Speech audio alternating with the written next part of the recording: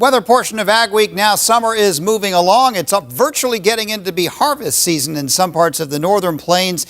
Maybe a little bit too late for some crops, but row crops, certainly the eastern Dakotas down through Iowa, western Minnesota, still plenty of time. We are hitting a dry spell in the forecast. The big question is, how long will that last? Will it be a few days, or will it be half of the month of August? One good thing, at least the short-term setup this weekend and into the early part of the week, it will not be as hot as it has been during some of the warm spells during July. And there are some distant storm chances. Keyword there is chance. I want to talk about the monsoon.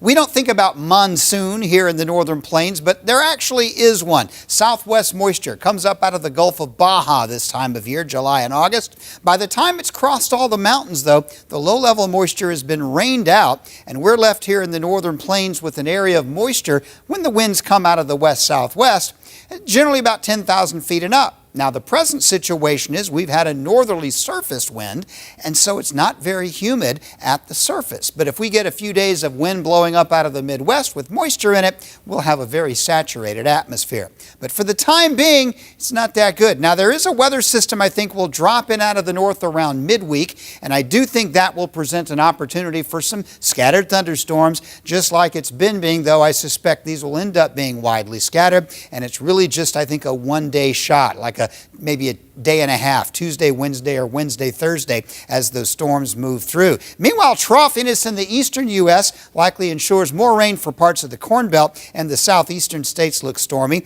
That monsoon moisture will make for some mountain storms in the west, but that's it, just mountain storms. The hottest weather relative to average will be over the Rocky Mountains. We'll stay warm in the northern plains. Little blips of cool in the northeast to start off the month of August, but I do suspect they'll eventually warm up in the east. So there's a little bit of a pattern shift going here.